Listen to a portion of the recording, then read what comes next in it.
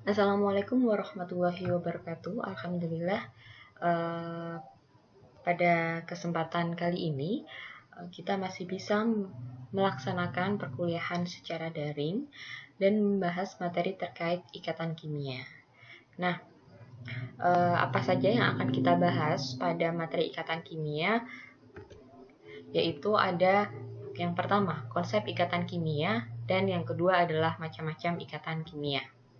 Nah, adapun konsep ikatan kimia untuk mencapai suatu kestabilan, yang mana atom-atom khususnya yang saling berikatan. Itu adalah konsep ikatan kimia yang pertama. Konsep ikatan kimia yang kedua, yaitu ikatan kimia merupakan interaksi elektron antar atom-atom yang berikatan sehingga terbentuk suatu molekul.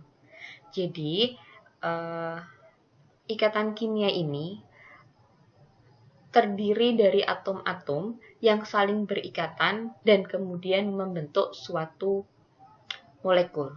Nah, molekul ini bisa berupa molekul unsur maupun molekul senyawa. Seperti kita tahu, apabila atom-atom yang saling berikatan itu sejenis, maka dia disebut dengan molekul unsur. Sementara untuk atom-atom yang tidak sejenis disebut molekul senyawa. Nah, untuk pembentukan ikatan kimia dapat terjadi berdasarkan serah terima atau penggunaan pasangan elektron bersama. Jadi, ada dua nanti akan kita bahas itu termasuk jenis ikatan kimia yang mana. Jadi, konsepnya yaitu si atom ya melakukan serah terima elektron ya, karena setiap atom itu memiliki elektron, khususnya elektron yang melakukan serah terima ya yang berpindah itu adalah elektron yang berada di kulit paling luar atau elektron valensinya.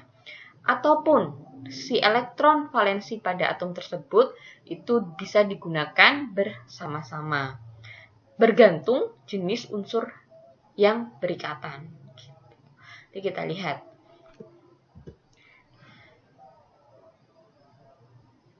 Nah, adapun kemampuan atom untuk membentuk ikatan itu bergantung kepada konfigurasi elektron valensinya. Tadi sudah sempat saya singgung. Di mana atom dikatakan stabil jika konfigurasinya itu memenuhi konfigurasi gas mulia, yaitu oktet atau sama dengan 8 elektron. Nah, tidak hanya oktet saja, tidak hanya memenuhi kaidah oktet saja, tapi atom dikatakan stabil jika konfigurasinya juga memenuhi kaidah duplet gitu. Karena untuk atom-atom yang berada di atom-atom yang berada di golongan pertama seperti hidrogen gitu, untuk menstabilkan ya dia memenuhi kaidah atau aturan duplet. Itu akan tetapi untuk atom-atom yang lain yaitu harus memenuhi kaidah oktet seperti itu. Gitu ya, karena posisi atom yang stabil itu adalah atom-atom yang berada di golongan 8A ya. Hal itu menunjukkan atau hal itu berarti maknanya yaitu atom-atom yang memiliki elektron valensi sebanyak 8 dia akan cenderung stabil gitu, atau dikatakan lebih stabil dibanding yang lainnya gitu. Nah, menurut Lewis, yaitu teori oktet, ya, atom-atom unsur memiliki kecenderungan ingin stabil seperti gas mulia, ya, yang memiliki susunan 8 elektron pada kulit terluarnya, kecuali helium dengan 2 elektron pada kulit terluarnya atau duplet, gitu ya. Oke? Jadi sudah saya sempat singgung tadi, ada oktet, ada duplet.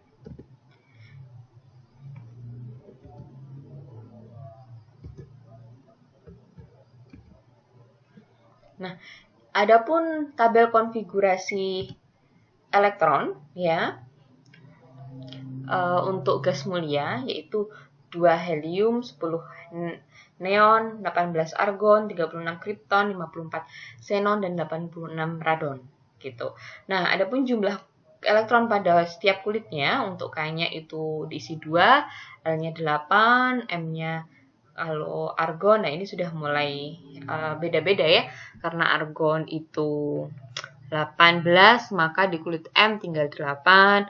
Kripton juga di kulit N, ya, tinggal 8. Xenon di kulit ke O juga sisa 8. Radon juga begitu. Nah, ini yang menunjukkan bahwasannya elektron-elektron pada golongan gas mulia, ya, di elektron terluarnya atau jumlah elektron valensinya itu sebanyak 8, kecuali helium, ya. Helium memenuhi kaidah duplet seperti itu. Tuh.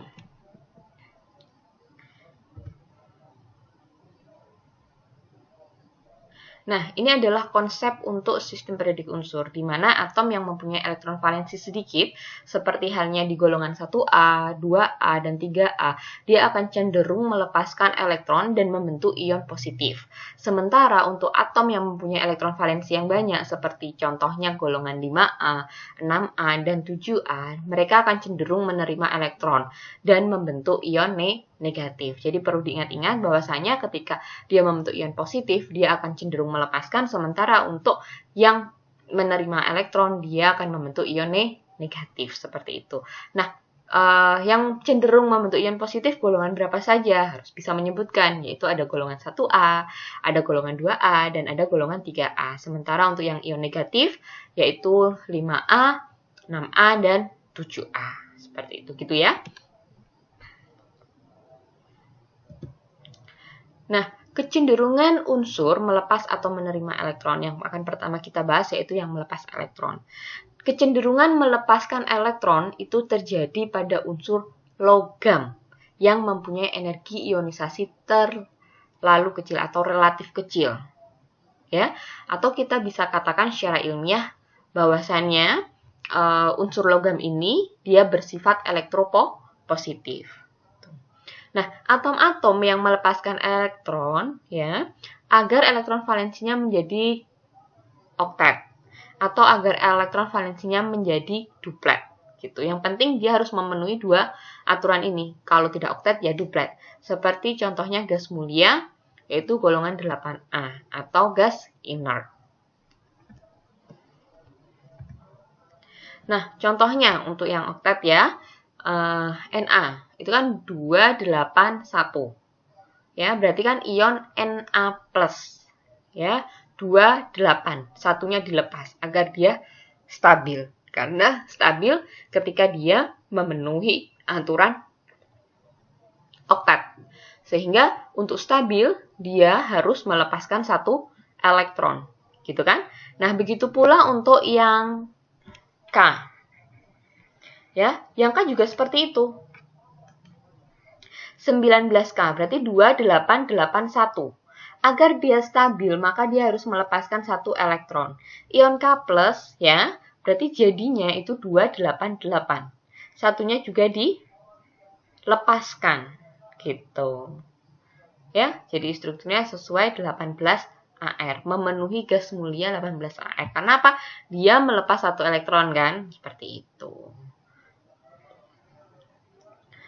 Nah, untuk 12 mg, ya, berarti kan kalau dikonfigurasikan 282 atau kalian bisa menggunakan sistem apa itu namanya konfigurasinya 1S, 2S dan selanjutnya. Nah, ion Mg2+ ini berarti kan 28 ya untuk berada dalam golongan gas mulia gitu, membentuk seperti golongan gas mulia sehingga dia harus melepas 2 elektronnya. Ca pun seperti itu. Gitu ya. Jadi strukturnya sesuai dengan AR 288 gitu. Yang 2 dilepas agar dia itu stabil gitu. Nah, pelepasan ini tidak serta-merta dia melepas begitu saja hilang, tapi dia bisa saja diberikan ke atom yang lain sehingga mereka berikatan membentuk struktur yang lebih stabil, atau bisa juga digunakan secara bersama-sama gitu ya. Bergantung nanti jenis ikatannya. Nah, yang kedua yaitu menangkap elektron. Pencapaian kestabilan dengan menangkap elektron dilakukan oleh unsur non-logam karena mempunyai afinitas elektron atau elektron negatifan yang relatif besar atau bersifat elektronegatif. gitu ya. Nah, ini pun juga sudah kita bahas ya di sifat-sifat sistem periodik unsur yang kemarin, bahwasanya apa yang akan terjadi ketika nomor atomnya semakin besar, nomor atomnya itu semakin kecil, dan lain sebagainya. Terkait dengan sifat-sifatnya baik afinitas, jari-jari, ion, elektronegativitas, dan lain sebagainya. Nah, ini sekarang dengan sifat-sifat yang dimilikinya, si elektron ini dia akan cenderung ya menstabilkan dirinya. Bagaimana cara dia menstabilkan dirinya? Yaitu dengan cara dia menerima atau menangkap elektron. Nah, di kasus ini, ketika suatu atom itu cenderung menangkap elektron, maka dia dapat dikategorikan bahwasanya atom tersebut memiliki nilai afinitas elektron atau elektronegativitas yang relatif besar. Seperti itu. Nah, atom-atom yang menyerap atau mengikat elektron supaya memiliki elektron valensi 8 ya, atau membentuk struktur yang stabil, yaitu memenuhi aturan oktet maupun duplet seperti gas mulia ya. Tuh. Jadi tetap aturannya. Contohnya ini. Ya, 9F. Berarti kan kalau kita konfigurasikan 27. Sehingga agar dia stabil memenuhi struktur Na atau neon, maka dia harus menerima elektron. Kan berarti kan 28. Ya, dia harus menerima elektron sebanyak 1 elektron. Oksigen juga seperti itu. 26. Supaya kulit keluarnya menjadi 8, berarti dia harus menerima 2 elektron. S juga gitu, N juga seperti itu. Karena N elektron valensinya 5, maka agar dia stabil memenuhi struktur Na, dia harus menerima 3 elektron. Nah, ini yang dikatakan ion negatif ya. Berarti penulisannya bukan lagi 9F, maka F-, O2-, S2-, N3- seperti itu. Karena dia berbentuk seperti ion, ya. Karena dia melakukan serah terima elektron. Nah, kemudian kita masuk ke dalam gaya tarik-menarik. Nah, gaya tarik-menarik ini yang pertama adalah ada gaya intramolekul, di mana gaya intramolekul ini gaya tarik-menarik di dalam molekul. Ya, di dalam molekul. Berarti ikatan kimia yang mengikat molekul tersebut. Ya, tadi kan ada molekul unsur dan molekul senyawa. Nah, kalau molekul unsur berarti dia adalah unsur-unsur yang sejenis. Sementara untuk molekul senyawa, dia merupakan unsur-unsur yang tidak sejenis. Kan seperti itu. Nah, unsur-unsur yang sejenis maupun yang tidak sejenis ini, untuk menstabilkan dirinya, mereka perlu berikatan. Nah, ikatan yang terjadi antara unsur-unsur penyusun dari molekul ini, itu akan menimbulkan gaya yang disebut gaya intramolekul gitu. Nah, kemudian ada gaya intermolekul. Gaya intermolekul ini adalah gaya tarik-menarik antar molekul. Ya. Jadi kalau ada molekul H2O, ya, dia akan dikatakan memiliki gaya tarik-menarik ya. Intermolekul ketika H2O ini berinteraksi ya dengan H2O yang lainnya. Gitu. Kalau intramolekul tidak. Berarti interaksi antara atom hidrogen dan oksigen, karena yang molekul itu terdiri dari atom hidrogen dan oksigen.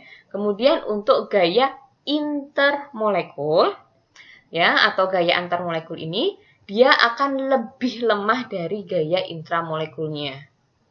Oke, itu yang perlu diingat ya.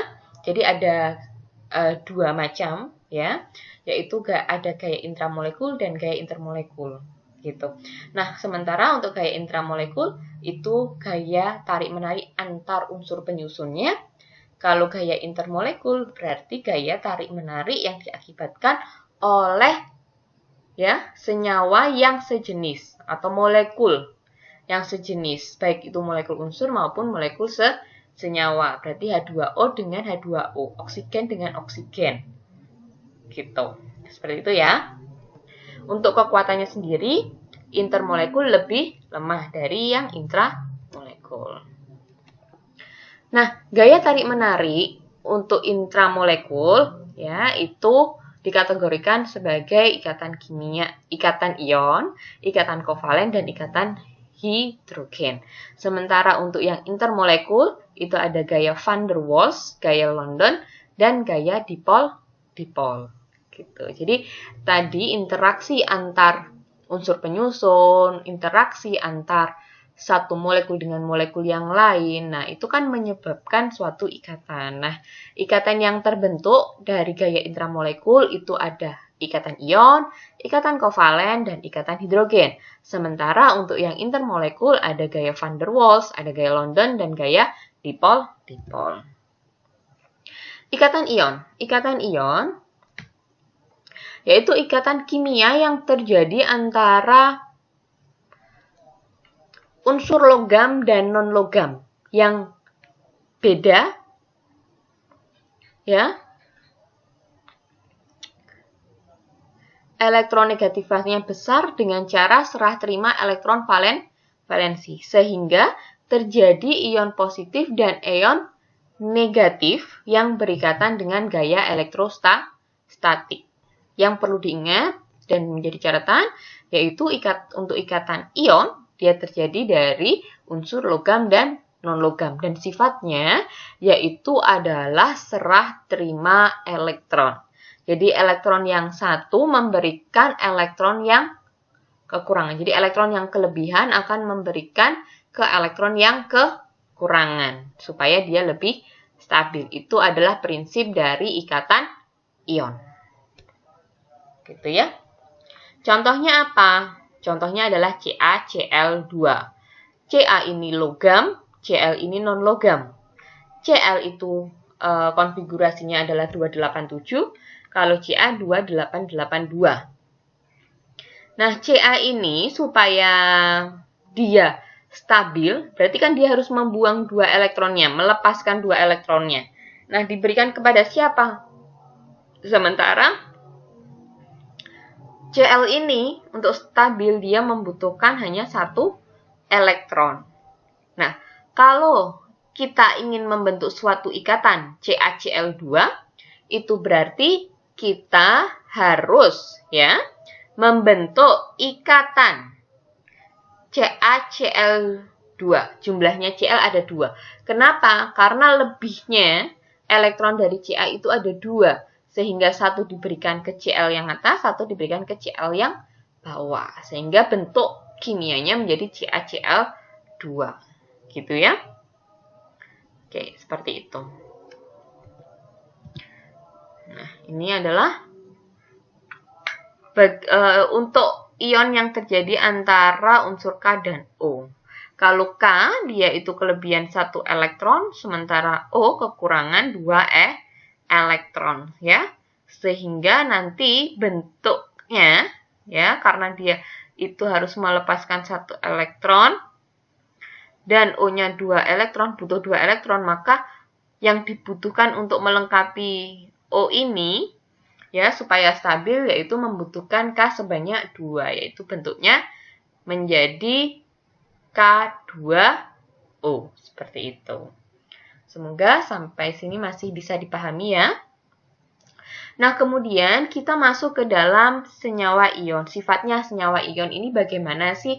Nah, adapun sifat-sifat yang dimiliki suatu senyawa yang ikatannya itu termasuk jenis ikatan ion, yaitu memiliki titik didih dan titik leleh yang tinggi. Kemudian dia bersifat keras tapi mudah patah. Tentu saja ketika suatu bahan itu dia memiliki tingkat kekerasan yang tinggi, maka dia akan cenderung lebih patah. Ya, beda lagi kalau tingkat kekerasannya rendah seperti bahan yang elastis, maka dia tidak akan mudah patah gitu ya. Nah, kemudian penghantar panas yang baik dan penghantar listrik. Ya, itu maka dia bersifat elektrolit untuk penghantar listriknya. Dia penghantar panas yang baik juga. Nah, terus ada larut dalam air tapi tidak larut dalam senyawa organik. Nah, ini yang perlu diperhatikan ketika kalian itu punya jenis senyawa, ternyata senyawa tersebut merupakan senyawa ion. Maka dia akan sulit kalian larutkan ya dalam suatu senyawa organik. Tapi untuk larut dalam air dia akan lebih cepat. Contohnya apa? Contohnya adalah garam. NaCl. Na adalah logam, Cl adalah non-logam. Berarti ikatan yang terbentuk oleh senyawa NaCl adalah senyawa ion. Ya kan? NaCl, ya nama lainnya adalah garam. Nah, garam ini ketika kalian larutkan ke air, dia akan lebih mudah larut kan? Nah, itu salah satu contohnya. Oke, nanti untuk latihan bisa dicoba. Kemudian kita masuk ke dalam ikatan kovalen. Nah, ikatan kovalen itu terjadi karena pemakaian bersama pasangan elektron yang berasal dari atom-atom yang berikatan. Ya, jadi pemakaian bersama elektron. Jadi elektron yang digunakan bersama-sama. Kalau yang ion tadi adalah serah terima elektron. Gitu. Dari mana penggunaan pemakaian bersamanya? Ya berasal dari atom-atom yang berikatan tadi. Misal dia tersusun dari CH4, ya berarti antara atom CH dan atom H. Nah, ikatan kovalen itu terjadi pada atom-atom non-logam yang beda elektronegatif kecil. Gitu. Contohnya apa saja sih? Ada CH4, ada H2O, ada HCl, ada Cl2, ada O2, dan N2. Itu adalah contoh dari ikatan kovalen. Nah, ikatan kovalen yang pertama adalah ikatan kovalen tunggal. Ada beberapa jenis ikatan kovalen. Nah, untuk yang pertama itu adalah jenis ikatan kovalen tunggal. Ikatan kovalen tunggal yaitu ikatan yang terbentuk antara atom di mana masing-masing menyumbangkan satu elektron untuk berikatan agar si atom tersebut dapat memenuhi aturan oktet atau dapat mencapai kestabilannya. Itu ketika disebut ikatan kovalen tunggal. Karena ikatan kovalen ini ada banyak ya, nanti akan kita bahas. Gitu. Contohnya adalah CF4. Gitu. Di sini ada apa itu namanya? Ada gambarnya untuk F sendiri ya, C-nya ada elektron valensinya ada 4 atom, sementara untuk F ada 7. Ya. Nah, sehingga agar senyawa ini ya menjadi senyawa yang stabil gitu. Karena C ini adalah unsur non-logam dan F ini adalah unsur non-logam, maka agar atom C dan F ini membentuk suatu kestabilan, dia memerlukan atau dia harus membentuk senyawa dalam bentuk atau formula kimia yaitu CF4. Kenapa? Karena elektron valensinya C adalah 4. Ya. Sementara elektron valensi ya dari F adalah 7. Berarti agar F itu stabil, dia membutuhkan 1 elektron. Sementara untuk C, agar dia stabil membutuhkan 4 elektron. Sehingga agar saling memenuhi, ya sama-sama stabil antar atom, maka atom C ini membutuhkan, ya kalau yang dikehendaki senyawa CF4 ya, maka si atom C ini membutuhkan 4 atom F agar si atom C ini memenuhi aturan oktet. Sementara kenapa harus ada 4F? Karena F ini ya, tadi elektron valensinya 7 ya, sehingga dia hanya membutuhkan 1 elektron untuk mencapai kestabilan itu atau memenuhi aturan oktetnya. Gitu. Jadi makanya terbentuk senyawa CF4 ya, butuh 4F untuk menstabilkan C-nya. Gitu. Nah, kalau sudah bentuknya seperti ini, dia sudah stabil. Senyawanya sudah stabil. Seperti itu. Dikatakan ikatan kovalen tunggal karena apa? Karena di sini atom C ya menyumbangkan 1 elektronnya untuk dipakai bersama-sama. Begitu pula dengan atom F juga menyumbangkan 1 elektronnya agar digunakan bersama-sama dengan atom C. Sehingga ketika kita lihat ya di setiap atom ya dan kulit atomnya ini sudah membentuk suatu kestabilan ya, sehingga contohnya yang C ini. Yang C ini dengan menggunakan aturan pemakaian pasangan atom bersamaan, nah ini kan sudah memenuhi kaidah oktet. Kita hitung ada berapa elektron, kaidah oktet 8 ya, harus memenuhi 8. Nah, ada 1, 2, 3, 4, 5, 6, 7, 8. Nah, ini disumbang dari setiap F ini menyumbangkan 1. Dan C memiliki 4. Sehingga dia stabil. Nah, untuk sementara yang F di sebelah kanan juga seperti itu. Dia menggunakan 1 atom miliknya C agar dia membentuk sesuatu yang stabil. Ini di sini harusnya ada 1 pasang elektron F lagi ya. Jadi ada 2 elektron di sini harusnya. Seperti itu. Seperti yang di atas dan samping dan di bawah. Gitu ya. Kita lanjutkan. Itu selanjutnya adalah ikatan kovalen rangkap 2. Untuk ikatan kovalen rangkap 2, ikatan yang dibentuk oleh atom non-logam yang masing-masing menyumbangkan 2 elektron. Kalau tadi yang rangkap 1 hanya menyumbangkan 1 elektronnya untuk digunakan bersama. Kalau yang rangkap 2 itu berarti menyumbangkan 2 elektron untuk digunakan bersama-sama. Sehingga memenuhi suatu aturan oktet. Gitu. Contohnya apa? Contohnya adalah CO2. Ya, kita lihat. Oh, ini kan elektron valensinya 6. Sementara C elektron valensinya adalah 4. Gitu. Untuk stabil, si C membutuhkan 4 elektron lagi, sementara untuk O membutuhkan 2 elektron. Karena C-nya membutuhkan 4, sementara O hanya membutuhkan 2, maka kita harus tambahkan 1 atom O lagi, agar si C itu stabil. Nah, kalau sudah, bentuknya akan membentuk seperti ini. Ya, yang C, ini ada 2 kan ya. Yang C punya 4, yang 2 diberikan ke atom O yang di sebelah kanan, dan yang 2 diberikan ke dalam atom O yang di sebelah kiri. Gitu. O-nya pun juga seperti itu. Masing-masing dari atom O menyumbangkan ya atomnya agar digunakan bersama-sama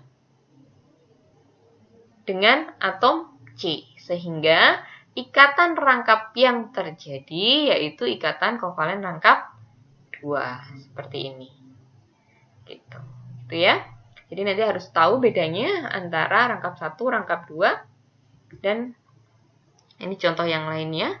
Kalau dituliskan dalam bentuk dot atau cross product ya. Nah, ini yaitu ikatan kovalen rangkap 3. Untuk ikatan kovalen rangkap 3, ikatan yang terbentuk antara atom non-logam yang masing-masing berarti harus menyumbangkan berapa elektron? Menyumbangkan 3 elektron agar memenuhi kaidah oktet. Nah, itu bentuknya yang seperti apa? Nah, contohnya adalah N2. Ya, di mana N itu elektron valensinya adalah 5. Sehingga untuk menstabilkan dirinya, dia butuh 3 elektron lagi. Gitu. Nah, 3 elektron ini didapat dari mana? Dari atom N yang lain. Karena ikatan kovalen rangkap 3 salah satu contohnya adalah molekul unsur. Ya, jadi gas nitrogen. Gitu. Jadi, dia mendapatkan 3 elektron yang lainnya dari atom nitrogen yang lain. Gitu. Sehingga dari sini kita gunakan 3 elektron dari setiap masing-masing atom nitrogennya. Dan membentuk suatu ikatan rangkap 3. Gitu ya. Nah, udah membahas ikatan kovalen rangkap 1, rangkap 2, rangkap 3. Sekarang kita membahas ikatan kovalen polar. Ya. Untuk ikatan kovalen polar. Nah, dikatakan suatu senyawa itu memiliki ikatan kovalen polar, yaitu jika dua atom atau yang dikatakan diatomik itu yang berbeda elektronegativitasnya berikatan kovalen.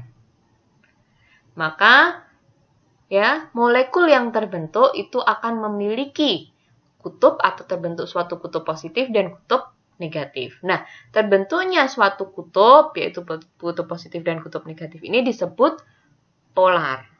Gitu. Kenapa? Karena terbentuknya kutub positif dan negatif ini akan menimbulkan momen dipol. Gitu. Jadi, ikatan kovalen polar ini kita tinjau dari perbedaan keelektronegatifannya. Ketika dua atom yang berbeda elektronegativitasnya, mereka berikatan, ya, maka akan membentuk suatu ikatan kovalen. Gitu. Nah, ikatan kovalen ini ya akan menimbulkan atau membuat si atom-atom itu atau senyawa tadi yang berikatan itu memiliki kutub. Dan muncullah momen dipol. Itu adalah konsep dari ikatan kovalen polar. Nah, terus momen dipol ini apa? Momen dipol itu merupakan perkalian jarak ikatan antar atom yang berikatan dengan perbedaan keelektronegatifan antar dua atom yang berikatan. Itu yang dikatakan momen dipol. Makin besar momen dipol dari suatu atom ya, maka makin polar senyawanya. Gitu. Jadi momen dipol yang terbentuk antara atom yang berikatan ini tadi, ketika semakin besar nilainya maka semakin polar. Gitu. Nah, sementara untuk senyawa-senyawa yang memiliki nilai momen dipol 0, maka senyawa tersebut disebut senyawa yang nonpolar. Gitu. Jadi kalau ditanya berdasarkan momen dipolnya, ya, ikatan kovalen ini lebih polar yang mana? Kita lihat nilai dari momen dipolnya. Kalau nilai momen dipolnya semakin besar, maka dia akan semakin polar. Gitu. Itu ya. Kemudian, selain berdasarkan momen dipolnya, ikatan kovalen polar itu juga bisa ditandai dengan pasangan elektron yang digunakan bersama, yang mana tertarik lebih kuat ke salah satu atom. Ya, ini jadi momen dipol itu kan jarak tarik antar kedua atom ya, yang akhirnya menimbulkan kutub-kutub gitu. Nah, apabila salah satu atom ini memiliki daya tarik yang lebih kuat ke salah satu atom, misal ada atom H dan F gitu ya,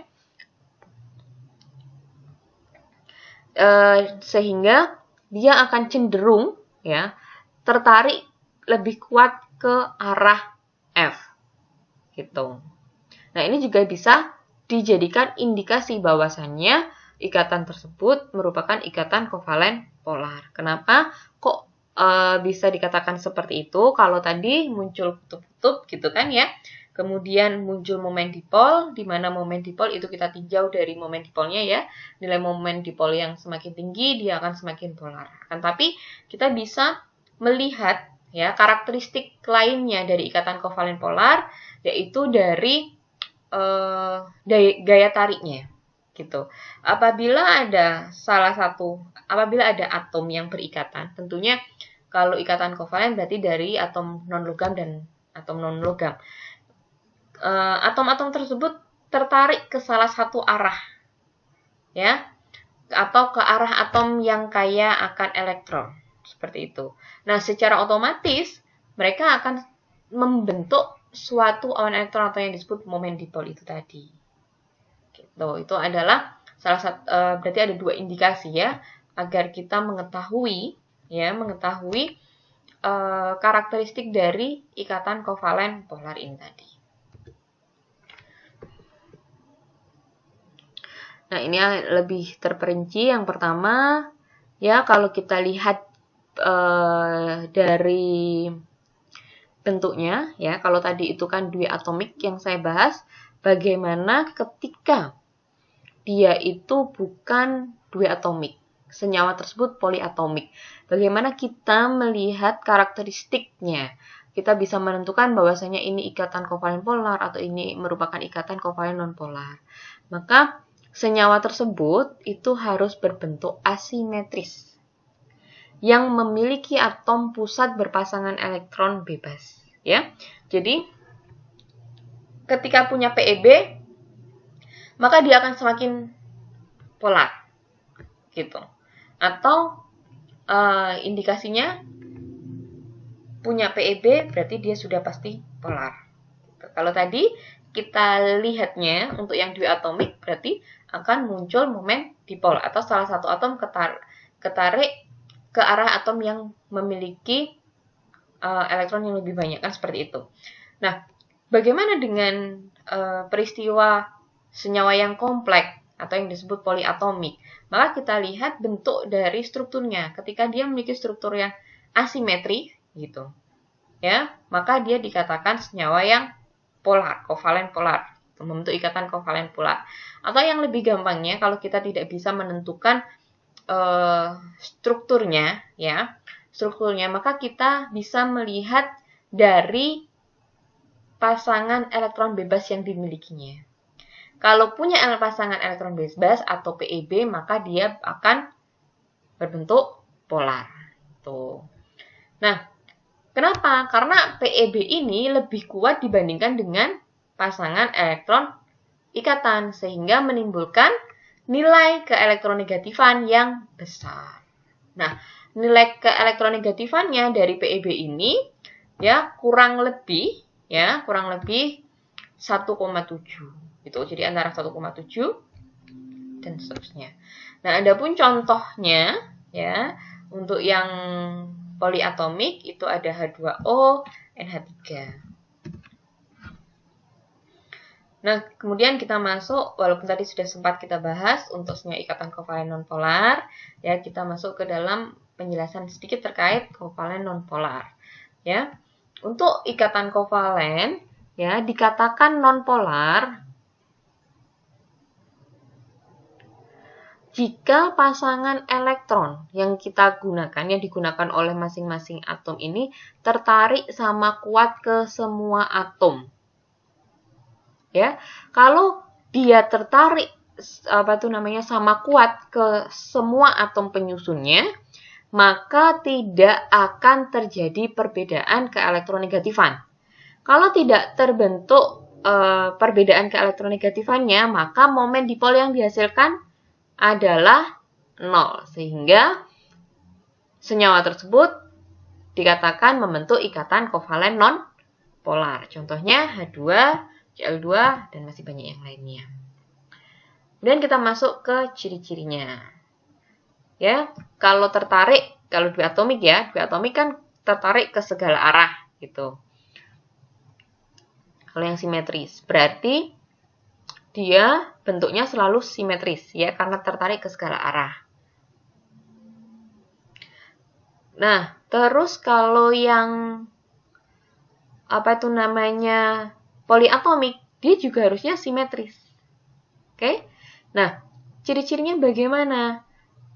Kalau yang poliatomik ini, ya berarti kalau diatomik itu kan ke kanan dan ke kiri, sama-sama tertarik kuat. Kalau poliatomik berarti ke semuanya, contohnya adalah CCl4, CH4, dan CO2. Gitu. CCl4 berarti atom C-nya dikelilingi oleh atom Cl sebanyak 4. Berarti ketarik kanan kiri dan tarik atas bawah. Gitu. Sehingga nilai elektronegatifannya dia sama besar. Perbedaannya adalah 0 gitu. Nah, ini untuk latihannya, silahkan dicoba. Kemudian kita lanjut ke ikatan kovalen koordinasi. Ikatan kovalen koordinasi merupakan ikatan kovalen yang terjadi jika pasangan elektron yang digunakan bersama itu berasal dari salah satu atom yang berikatan. Sementara atom yang lainnya tidak ikut berikatan. Tuh. Ya. Contohnya adalah NH4, H2SO4, SO3, SO2, N2O, dan H3O+. Jadi, dikatakan ikatan kovalen koordinasi ketika salah satu ya atomnya itu tidak ikut memberikan elektron yang akan digunakan bersama-sama gitu. Jadi atom yang digunakan bersama-sama itu hanya berasal dari salah satu atom saja gitu. Kalau yang tadi kovalen kan baik rangkap 1, rangkap 2, rangkap 3 itu keduanya saling melengkapi gitu. Atom A ya memberikan 1 elektron, atom B memberikan 1 elektron. Atom A memberikan 2 elektron, atom B memberikan 2 elektron. Itu untuk kovalen rangkap 2. Rangkap 3 juga gitu. A-nya 3, berarti B-nya juga memberikan 3. Sementara kalau kovalen koordinasi itu hanya A saja yang memberikan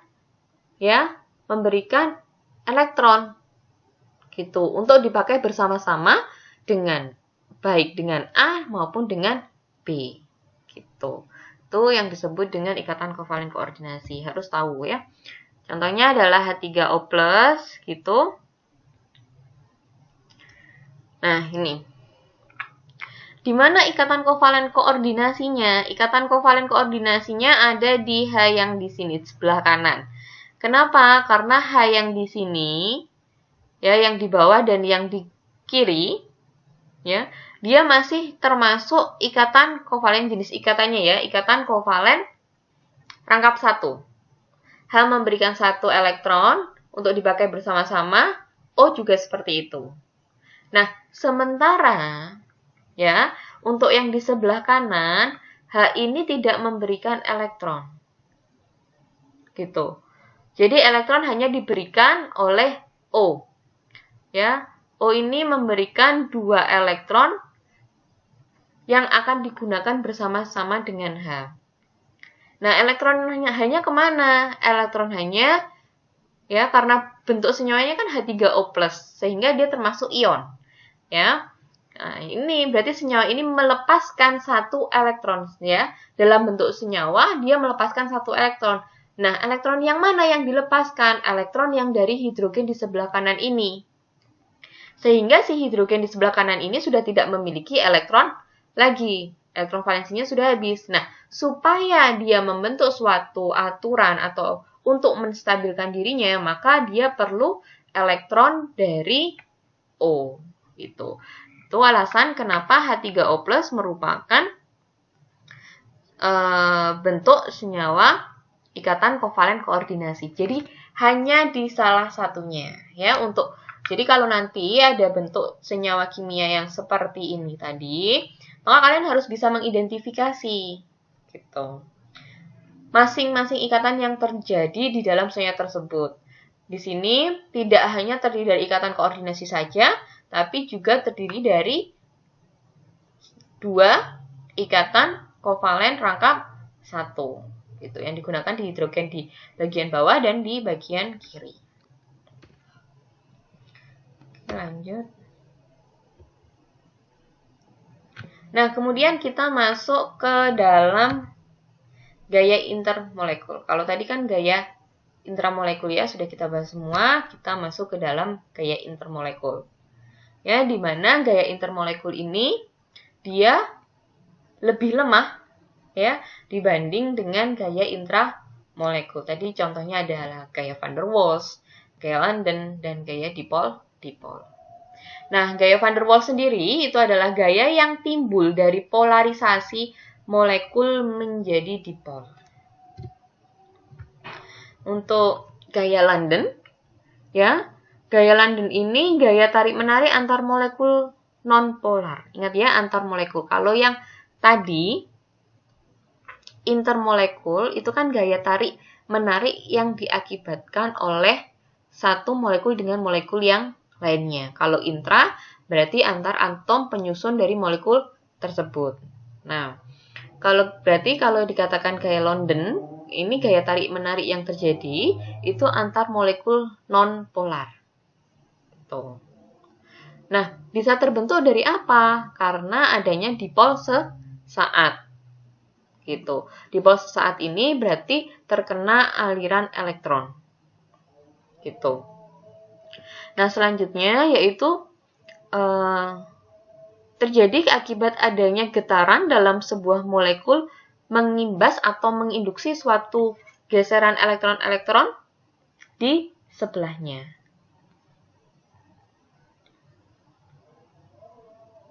Itu juga salah satu karakteristik dari gaya London.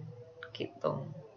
Jadi, mekanismenya molekul itu ya mengalami suatu proses yang dinamakan polarisasi, ya, dan polarisasi itu akan mengakibatkan munculnya gaya London. Nah, contohnya ini terjadi pada golongan gas mulia atau Br2I2. Nah, seperti ini adalah contoh gambarannya, ya, gaya London. Ini polarisasi yang terbentuk awalnya seperti ini, ya, kemudian mengalami polarisasi, dia akan membentuk ini dipolnya. Terus ada yang terakhir adalah gaya dipol-dipol, ini yang intermolekul terakhir ya, yaitu gaya tarik dipol-dipol yang terjadi pada molekul polar. Kalau yang tadi molekul non-polar, kalau yang dipol-dipol molekul polar. Di mana gaya tarik dipol-dipol ini akan lebih kuat jika dibandingkan dengan gaya dispersi atau gaya London. Karena kenapa? Dia terjadi pada molekul polar, sementara yang gaya London tadi kan terjadi pada molekul non-polar, sehingga gaya tarik dipolnya pasti lebih kuat yang gaya dipol-dipol dibanding gaya London. Contohnya H2O dengan H2O, H2O dengan C2H5OH. Nah, kemudian ada ikatan hidrogen, di mana ikatan ini yang terjadi antara atom hidrogen dengan atom yang mempunyai elektronegativitas yang sangat besar.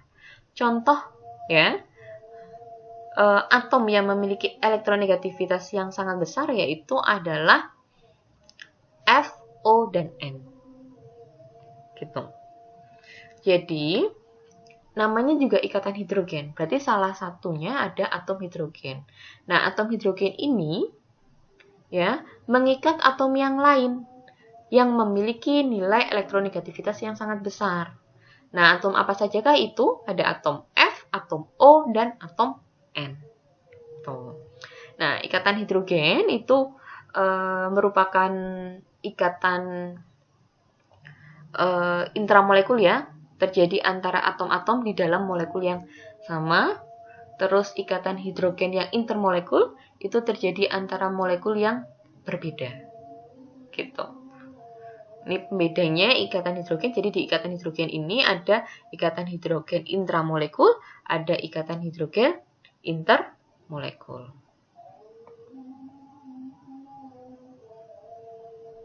Nah, ikatan hidrogen sendiri ini dia akan lebih kuat dibanding dengan gaya van der Waals, di mana gaya van der Waals ini termasuk dalam London dan dipol-dipol.